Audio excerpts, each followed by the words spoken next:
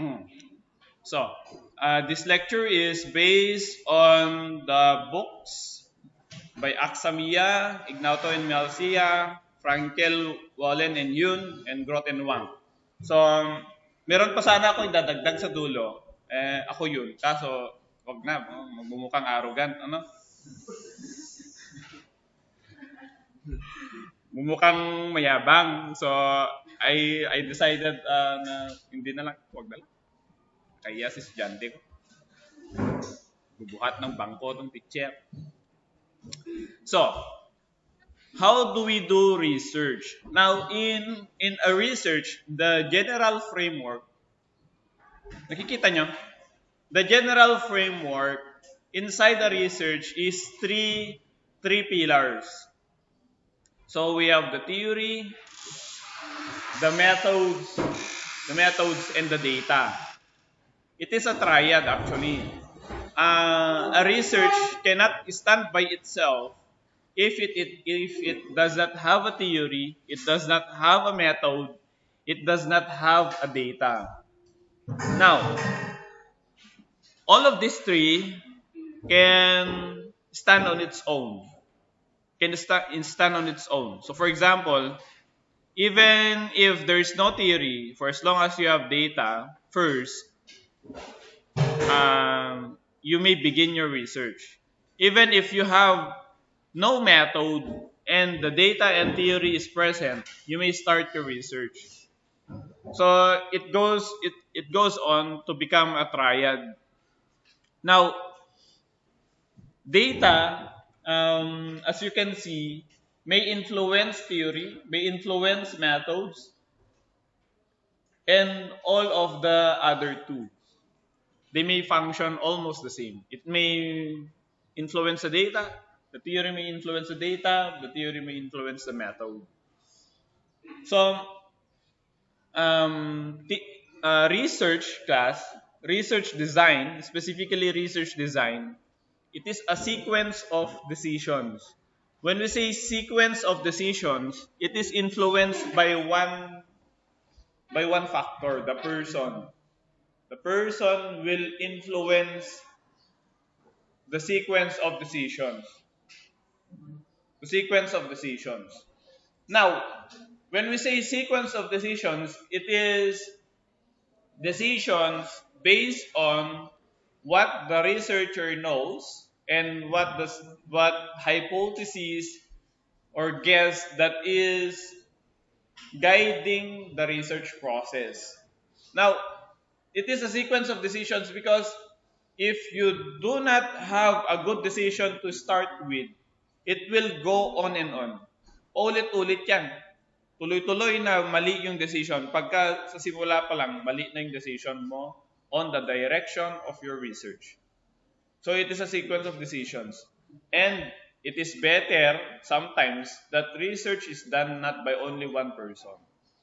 So most of the time today, we have two or more researchers, actually it is a team of researchers because it handles so many things.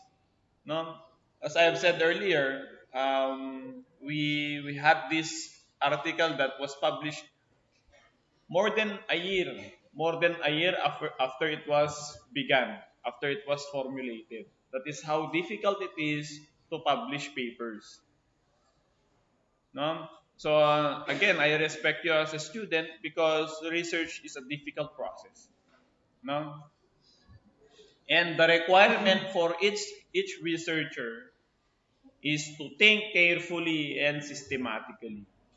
No, do not base your decisions on personal biases, like the bias of like confirmatory bias that you try to accept what is the present data to suit your current framework. So yun yung idols of the tribe, if you remember that. So those things should not influence how you think. No, you think objectively, constructively. No, when we say objectively, you do not make decisions from your emotions, from your prejudices. When you say prejudices, kung ano nang nasa loob mo, not discrimination. It's different. Prejudice is different from discrimination because prejudice, nasa loob mo na yan. Ang discrimination, iba naman, yun na yung pagsasabi mo mismo. No? And constructively, ibig sabihin, you try to critique everything with the condition that everything that you critique has its own reason. No? Hindi kagaya yung magsasabi ka, ayoko yung project. Tapos na, no? Hindi ganon. Ayoko yung building mo, ayoko yung thesis mo because ganon. Because you lack some information. Ganon. That is constructive criticism. Hindi yung outright na sasabihin mo mali. No? We try to make it constructive. That's why I am always beside the student when he or she is presenting his or her titles. No, I should always be there because I need to also guide and inform the panelists. No, they cannot do that to you. They need to be constructive and objective. Huh? So this is research. This is a different thing. It is a highly technical subject. Now, we need to review the inferential models, how we reason out. So we have 3 inferential models: the inductive logic, the deductive logic, and then abductive logic. Before, you have this brief introduction on the inferential models, and I'd like to review you on this in a more specific manner. Isang boses ni Ante. Mag-edit na naman ako ng audio. O ganun na lang. First, inductive logic. Now, inductive logic is somewhat simpler, quote and unquote simpler, but it is a highly complex process. Now, inductive logic is one of the basis or foundations of my master's thesis because my master's thesis is grounded theory. Now, what is inductive logic? Inductive logic may begin without even having a research question. Now, class, it is not always advisable to have a research question to begin with because there is no such thing as a permanent research question. It is merely a guide to you, but you cannot construct or perfect it immediately, the RQs. No? So it may begin. Why we may begin without research? Because you may proceed from data to analysis to methods immediately. Dire-diretso yan. From data analysis to methods. And then, later on, you will create from those analyses a theory. Nagigets nyo ba? Nagigets nyo? You understand that? From data analysis to methods, it may continue. The research may continue. Then afterwards, you may create a theory. Example. I would like to make this understandable to you. For example, I ask you to go to the parking lot.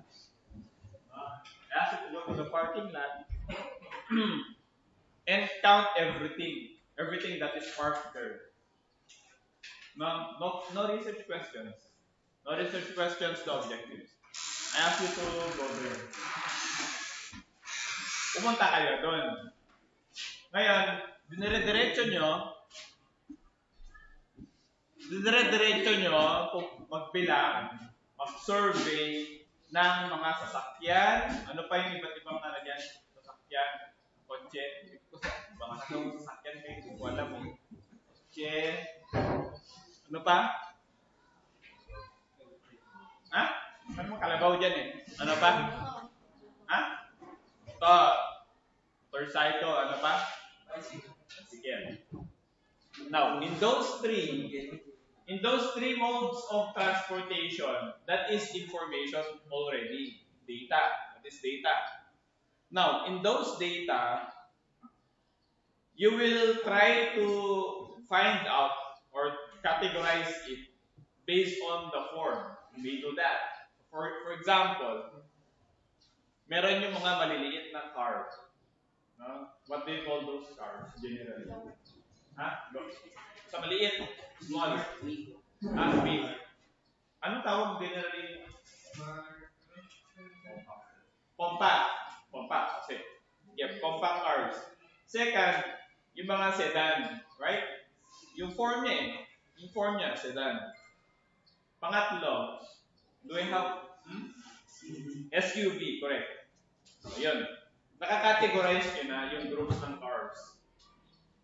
The second one is on motorcycles. How we will categorize it?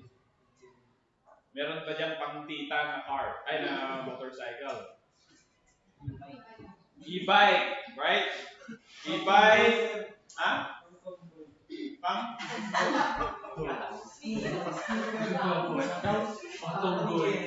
Basta ganun. So, you may categorize it. Yun na naiintindihan nyo naman, no? Bicycles, you may categorize also. Meron mountain, meron BMX, right? So, on those categories, you will find that data is not really that static. No, hindi siya stable na data. Kumbaga, you can group it, you may break down it or regroup it into different subgroups or categories, right? So, ganun yung ginugrupo siya. After that, you will try to find who are the owners. Who are the owners? Karamihan ba ng owners ng sasakyan natin faculty? Faculty ba?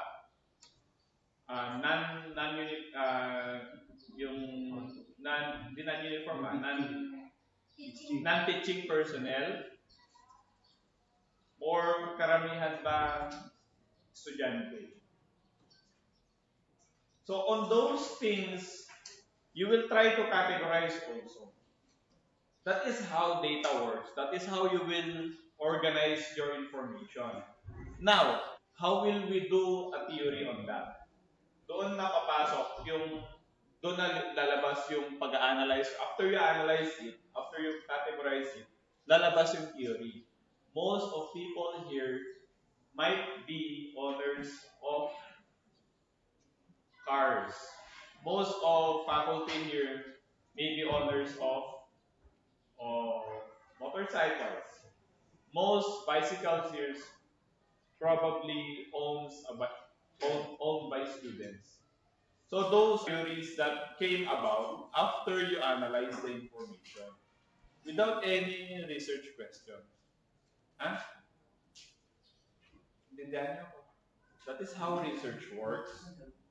Hindi yung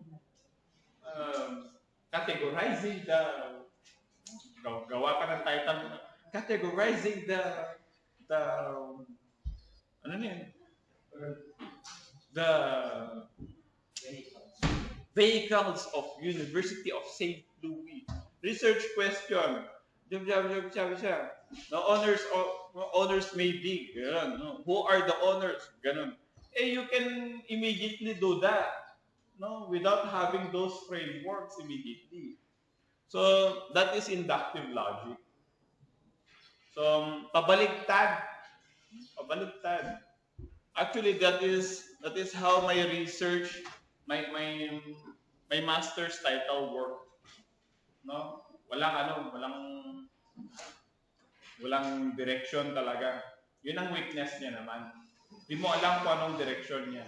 Basta along the way, gumagawa ka ng theory. Gumagawa ka ng questions. So, yun ang kaibahan niya sa ibang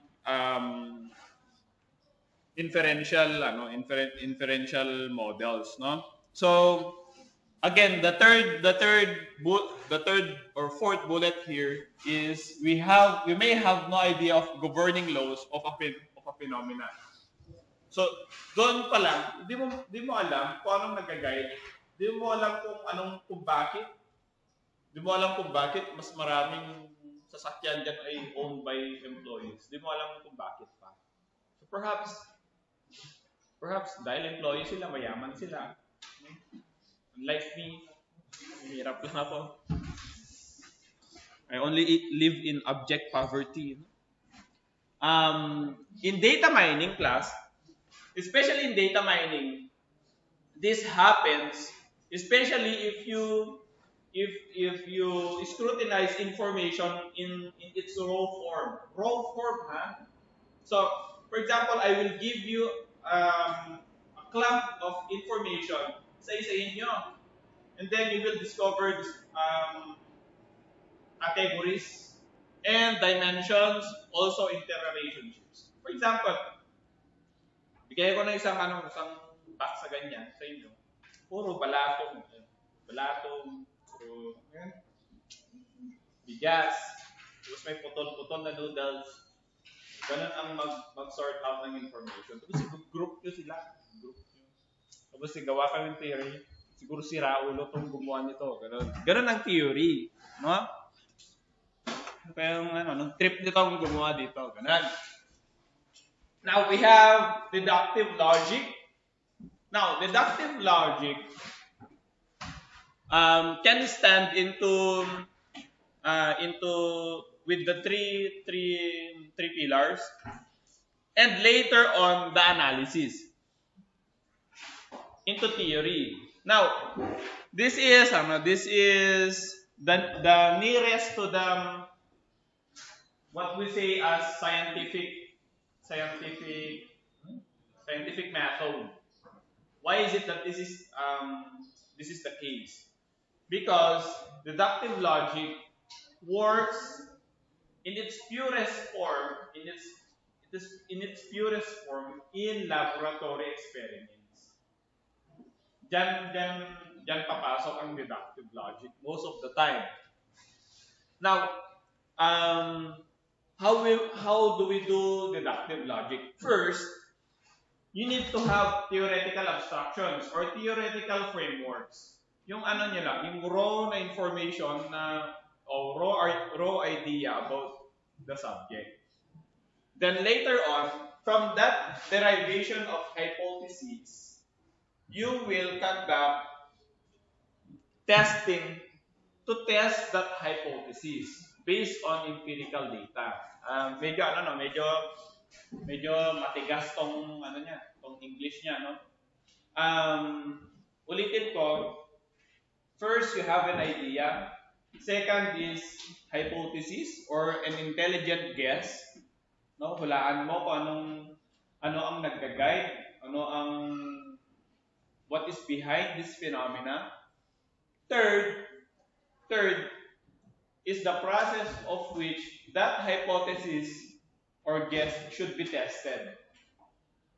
It should be tested based on empirical data. When we say empirical data, things that can be measured, things that can be calculated. For example, most of hardworking students, or most of the students that are excelling academically, are from the groups of the minorities. For example, economically speaking, poor and indigenous groups. No, I'm not talking about architecture here. I'm talking about the general situation. Now, paano ko mapoprove yun? How can I prove that? Do you have an idea? Survey. Ano pa? Question. Sino ang questionin ko? Mga students din. Ano pa? I may not ask the students immediately. How can I know? Teachers. How can I know also? Kahit hindi ko tanongin ng professors, kahit hindi ko tanongin ng estudyante.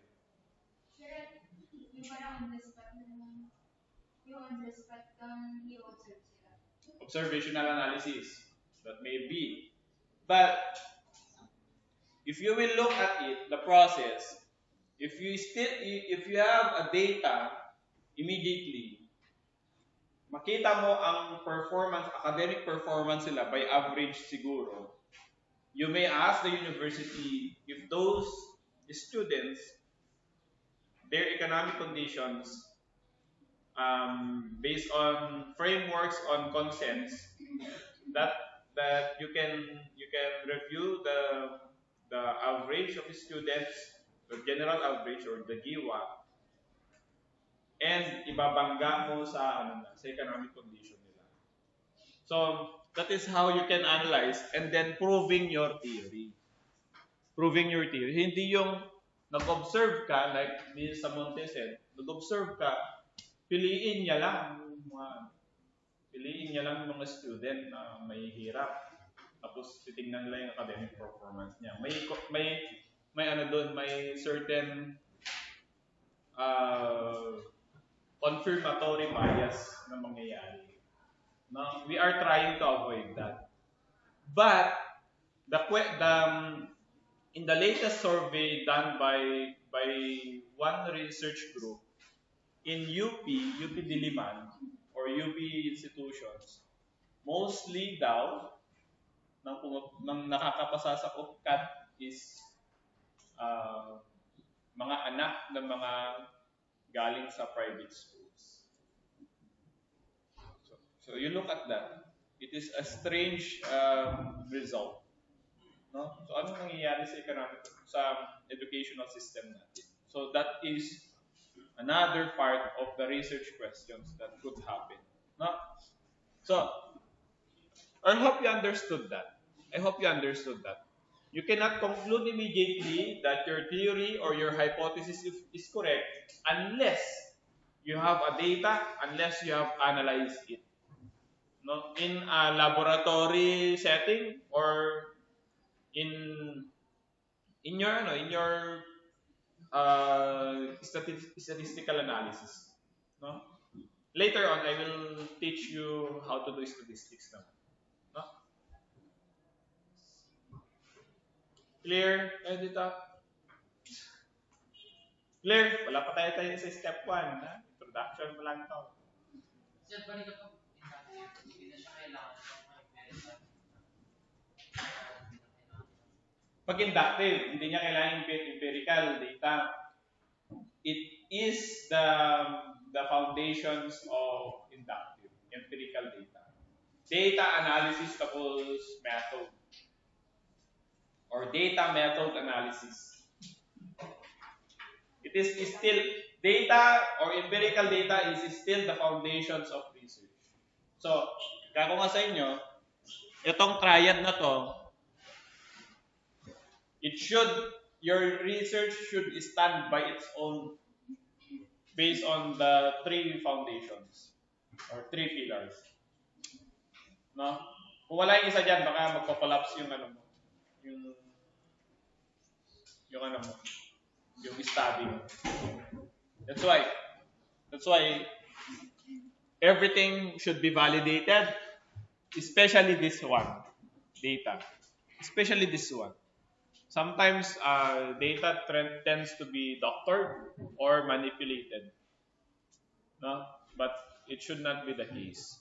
No? So, kung gusto nyo makakita ng example ng grounded theory, this was my framework for grounded theory when I took my master's. Ito. So, purposive sampling yung ginamit ko, and then I established a verification process and the theory that I am expecting to come out. No? But actually, lumabas lang ito after ko ng chapter 4. That's how difficult it is. So itong example ng grounded theory. So puro ka raw information muna. Data ang unahin mo, then followed by analysis. Or followed by method and then analysis. So ganyan ang ganyan ang process ng grounded theory. Kayo kung ayaw nyo maniwala, kailang naman. Kailang naman, no? Ano lang naman yun. Hindi nga nanalo sa best thesis yun, pero na-nominate. Hindi ako nanalo eh. Yung congrats. Nakakatuwa lang, no? Kasi after the completion of the defense, kasi nanonood yung dean ng dean ng graduate school na makuha. You nominate this for best thesis, sabi niya. Walang nagawa mga professor. Now, let's go to abductive logic. This is perhaps one of the things that you are familiar with. Perhaps that is the thing that you are familiar with, especially when you watch crime reports, no, crime. Mga ganun, Detective Conan, Ventilador. Soro, Crystal J. Soro. Si Soro. Si Soro. Dito ba? Oh. Abductive logic, it involves a process of reconstruction. Now, this is also scientific method. But it is different. Because the way you will do it is back and forth. From data to analysis to methods, you go back and forth to your theory. You try to prove or debunk theories. For example,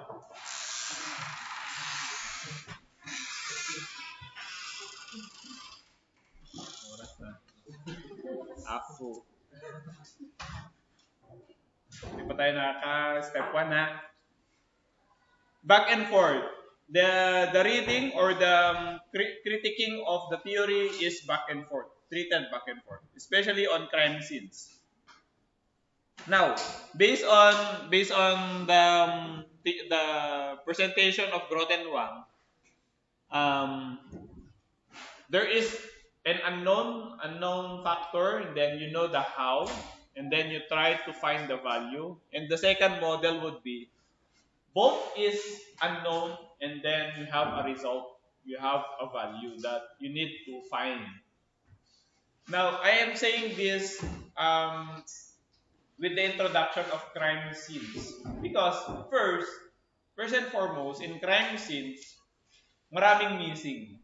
Right? It is sometimes rare to find a crime scene with the person in the scene itself. For example, may namatay, chap-chap, ganun. Chap siya, or nabaril. There are many unknowns. For example, what is the weapon that was used? Who did it? So, during the analysis of your information, the theories, even the why, yes, of course, even the why can be included. Even the why, even the motives can be included. So, theory lahat yan, back and forth ka. Kaya during the analysis of the present data, present information that they have for police, i-interviewin nila lahat ng pwedeng connected. Kaklase, Diyos ko, yan ang mahirap. Kaklase, spouse, kasi. Pwede mo ba makawa naman ng dahilan? Yes, of course. Yes, of course. You know why? You know why I am saying this? Paano yung baliw? Do you know the framework of his thinking during the act of crime? You may not know. Kahit walang dahilan, kahit walang solid na dahilan, in relation sa mga research sa JD, yung hindi na mali. Yung, Pag di na mali. of course there is. Of course there is. Even random events. For example, ginalit mo lang ako, I can shoot you. Dito. Ganyan. I can shoot you. Yes. Right? So that is how tatanong kayo eh. Ang problema may intellect din naman ang teacher nyo kahit paano. So, but in architectural research, this happens. You know how? Paano nangyayari sa architectural research?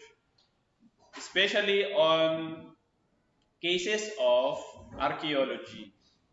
May background ako sa archaeology because I finished my course in hindi kayo maniniwala. Finished my course in Silpakorn University in Thailand. Tapos I did my seminars in UP. So I was sometime a student in UP in archaeology. But again, it happens in archaeology. How? Paano nangyayari yun? Ruins. Paano tinayo to?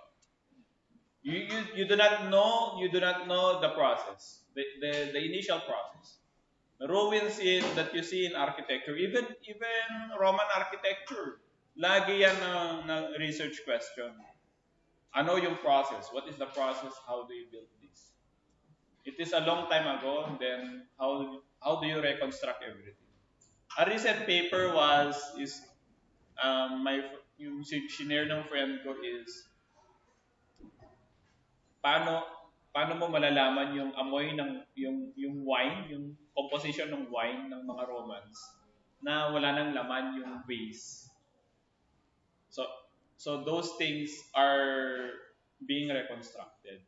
My friend currently is reconstructing textiles. Yan, meron naman. Nung Sabado, we met with a foundation based in America nag-fund doon sa research niya. I'm happy for him. Yung isang research ko naman na fund, nabigyan din ng fund.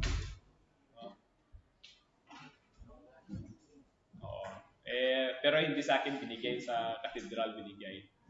No, but I am happy because things can be validated, things are real, then they fund it. So that is how funding works when you do research, no? So again, correct. They are correct, Mr. John Dilben Escobar. They are correct in saying that reasons are also included in reconstructing. No? Actually, marami kaming ruin na nakita dito sa Cagayan. So we need to revisit again. No? Yeah, the process of reconstruction. Now, how to begin or how to attack the problem? Yan. So, I will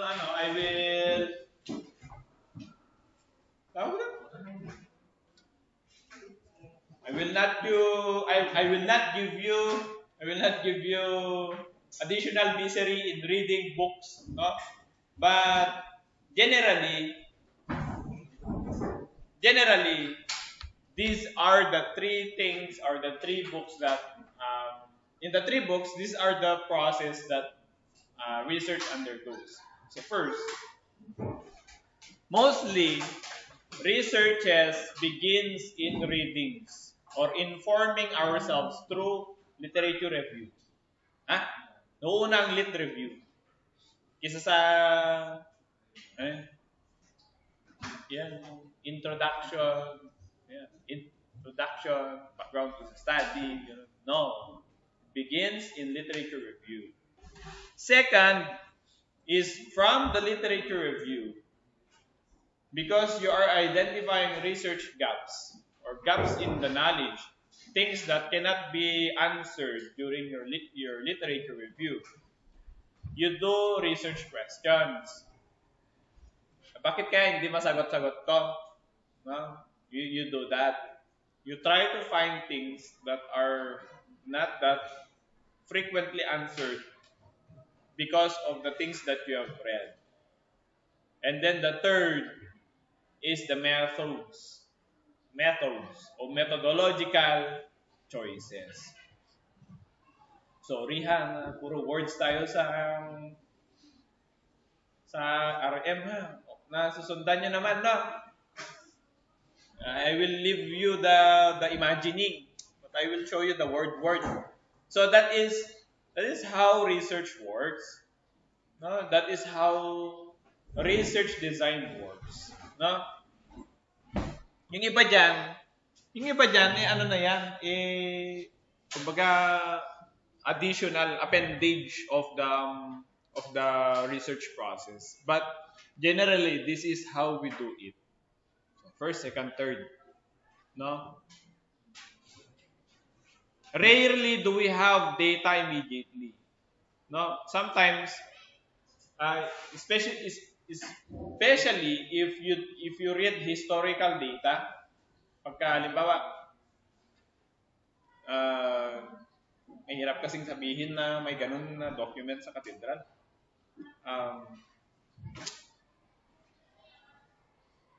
For example, archival documents, old documents, andyan na yung data kaagad. Ikaw, mag-analyze ka na immediately. So that is rare. But in historical methodology or historical research, yun yung nangyayari. Nauuna yung data. So, ang question, how you will do the analysis process. So, pabaliktad naman sila.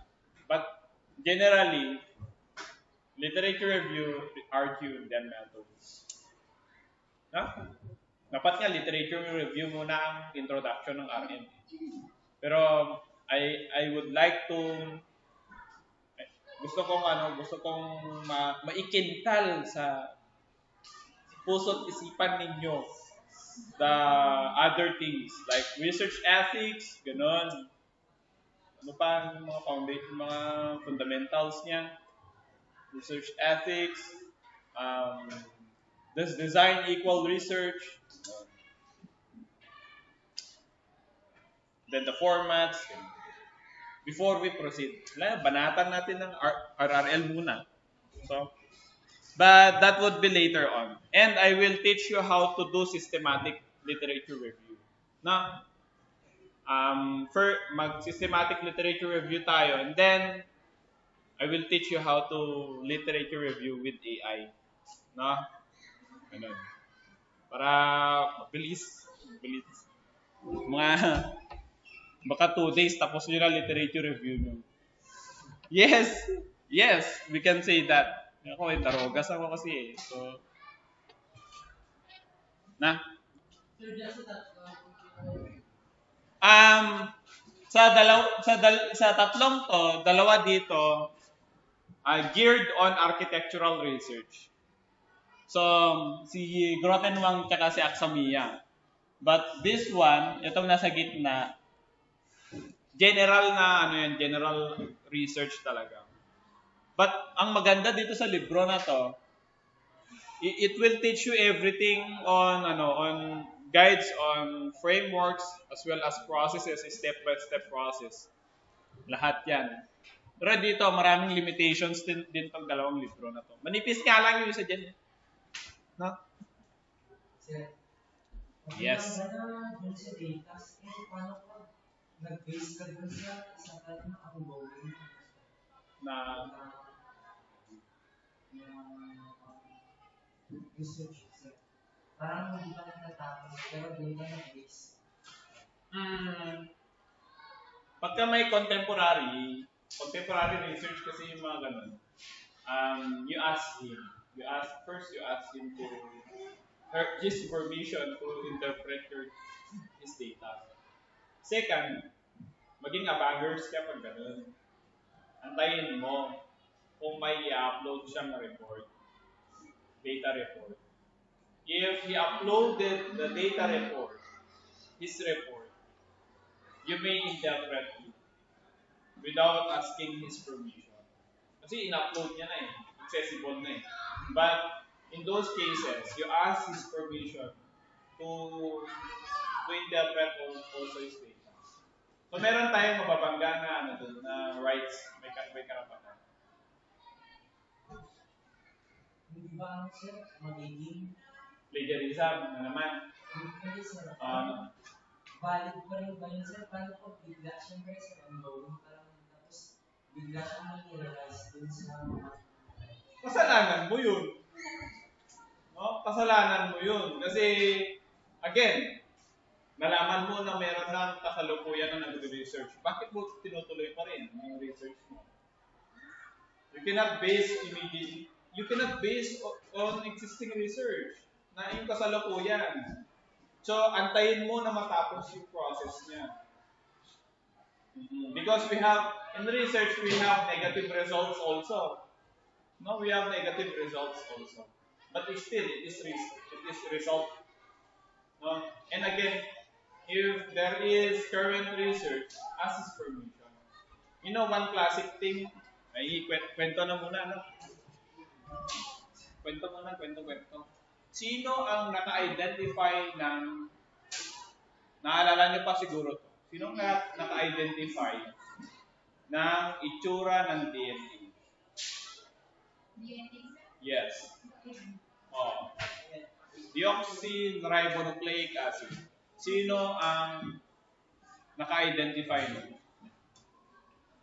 Naalala niyo pa? Hindi na. The name of the scientists, dalawa sila, Watson and Crick. Nakatandaan niyo na.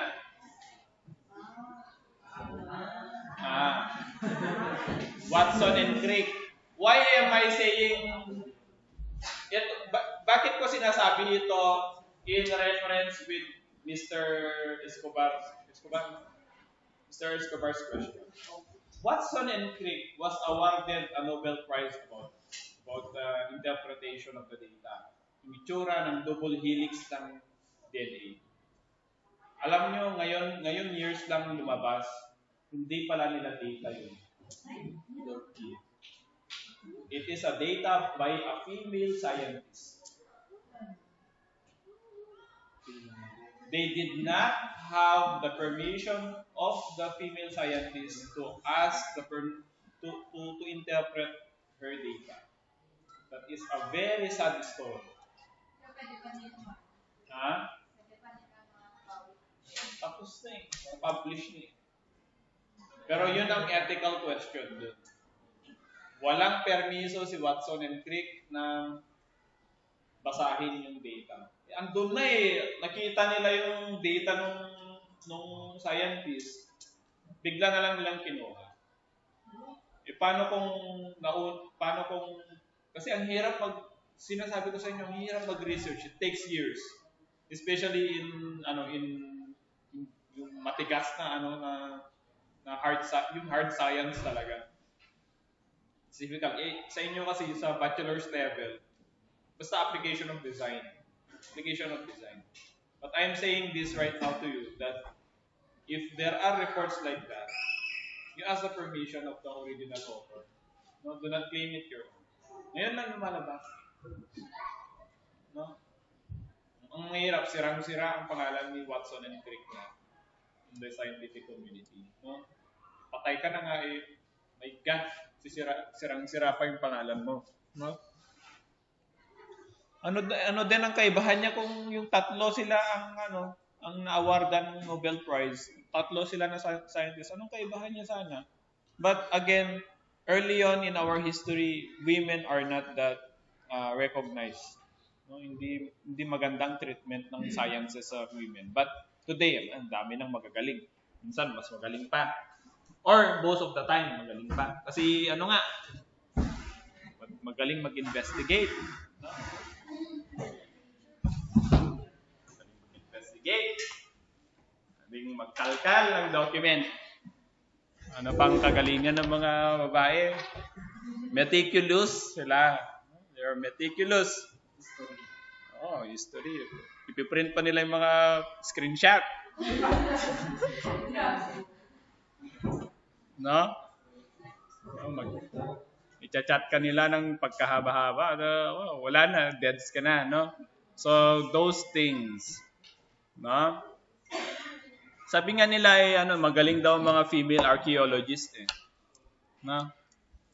Galing. Because they are good at digging up the past. So, again, those things are very sad to know, no? But it serves as lessons. You do your research ethically. Ethically. Yan, hindi pa matapos-tapos yung introduction, no? So, dito na tayo sa step by step. Class, I make it a point that in every lecture, we have a step-by-step process. No? I will make it a point. So, please,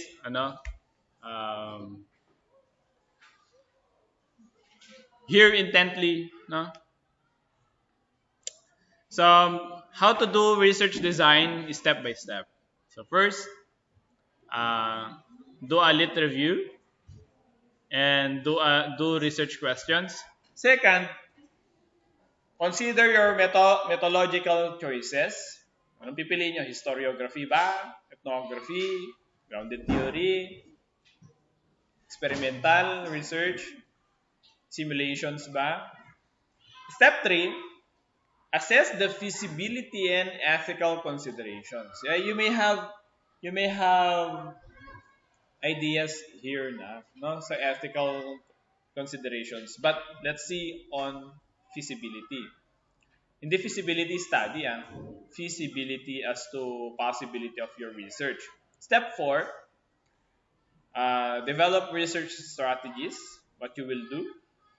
And 5th is document the research design. When you say document, gawan mo ng report, gawan mo ng journal. That's why I am requiring a journal for you eh. You document it, your research process. Kahit na pagka pumupunta kayong mga city hall, ganun, municipal hall, you do a journal. Ikwento nyo doon kung anong ginawa nyo. No? Because that proves that you did your research. No? Now, step 1. Yeah. Ilang minutes lang tayo. 17 minutes. Dito matatapos, class. Step 1.